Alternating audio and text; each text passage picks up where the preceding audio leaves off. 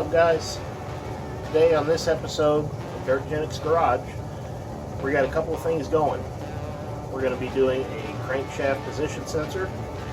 We're going to be hooking the exhaust back up. We're going to be replacing the broken fuel line, which you will see eventually. And then lastly, we're going to go ahead and try to start it. Had the battery charging for 2 days now. Stick around, it's going to be fun.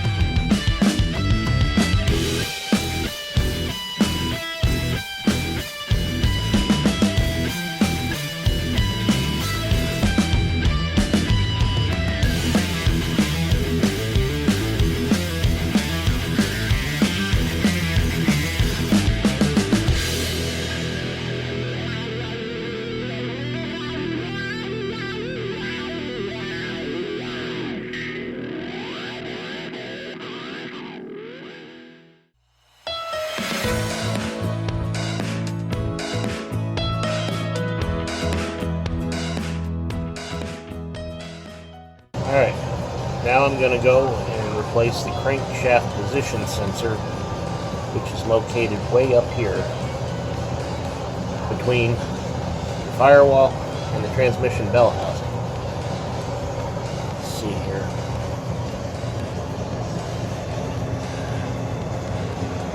Way up there. Let's see if I can get right there. It's not easy to get to. I'm going to try to replace that, and then we're going to replace the ECM inside the truck and see if that'll get us to where we can start. So stay tuned for time lapse of this. It's probably going to be me, because you can't really see what I'm doing, and I can't get the camera to really focus on where the tools are going to be without me elbowing it every couple of seconds. Alright, here we go.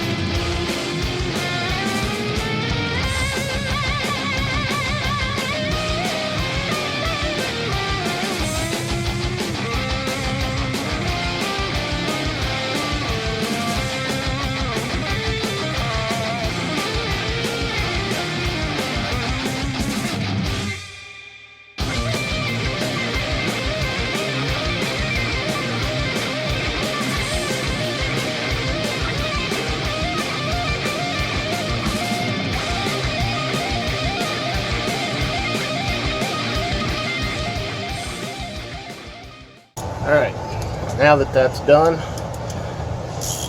we can move on. I use 7/16 12 point 3/8 drive with a U-joint, a couple extensions, and for the higher up one on the very top, I recommend another 6-inch extension.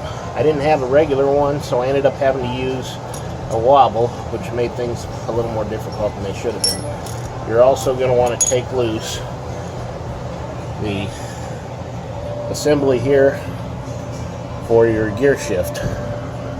That just pops right off, and then for the 2 bolts, it's going to call for a 1/2-inch socket, and I had to use a wrench to get this higher one off because the socket won't fit in there. Okay, now it's time to move on. Computer's next, and hooking up the rest of the remaining pieces. We're going to have our exhaust to hook back up, plug in our O2 sensor and NOx sensor, get that plugged back in and hooked up, and we should be ready to give it a start, assuming the battery's full. I still need to check that.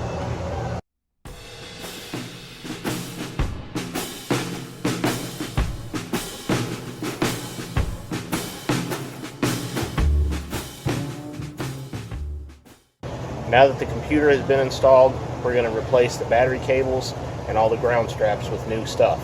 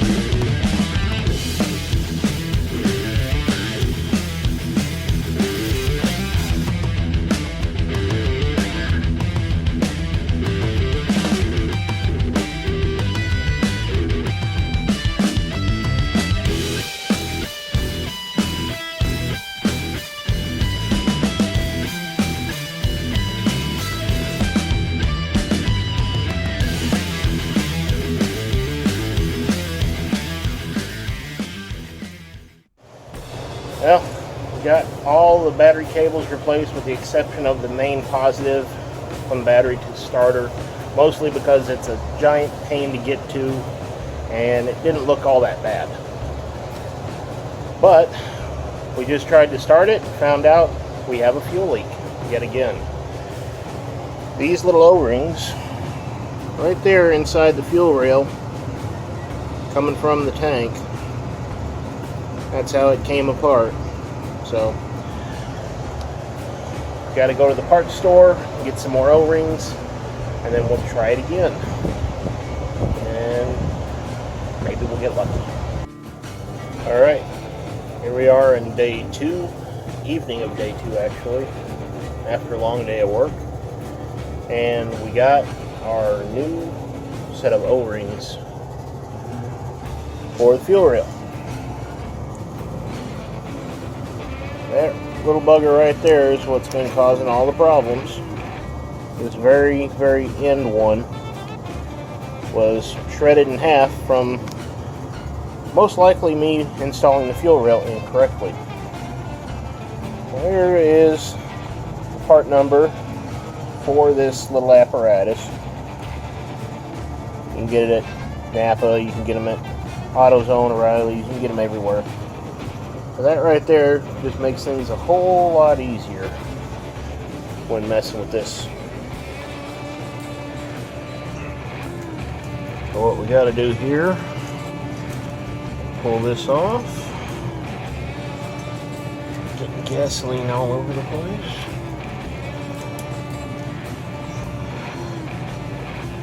See, it just looks like that.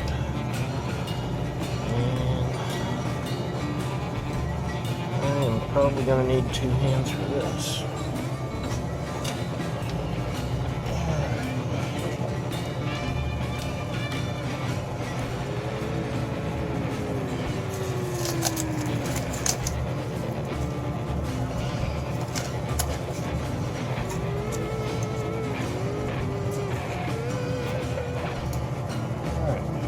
Still good and clean.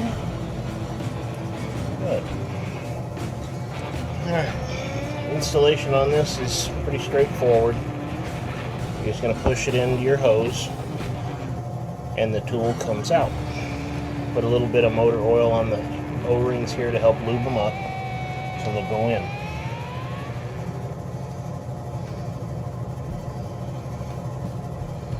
See if we can manage to do this. Not screwing up a second batch.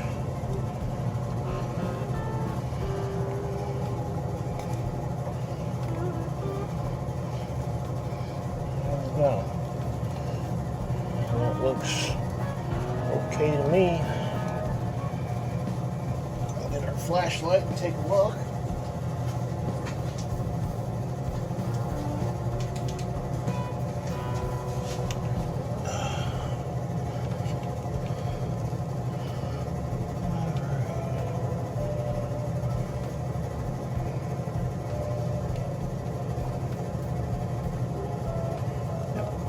Looks like we got it on there with no problem.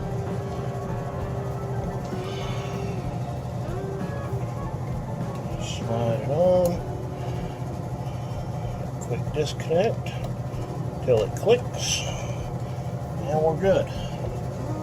Alright, I believe we are now at the point where I can attempt to start it. I think this RTV is tacked up enough. Yeah, it's about okay. Ended up getting the factory Mopar part with this PCV elbow because the one that I had on here won't clear the hood. We're going to put that on here, hook our battery up, and go ahead and try to start it. I don't have high hopes, but you know what? Fingers crossed, we're going to hope anyways.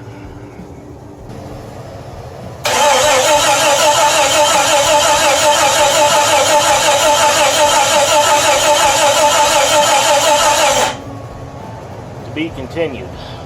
Alright, that about wraps it up for this episode. We didn't get quite where we wanted to get.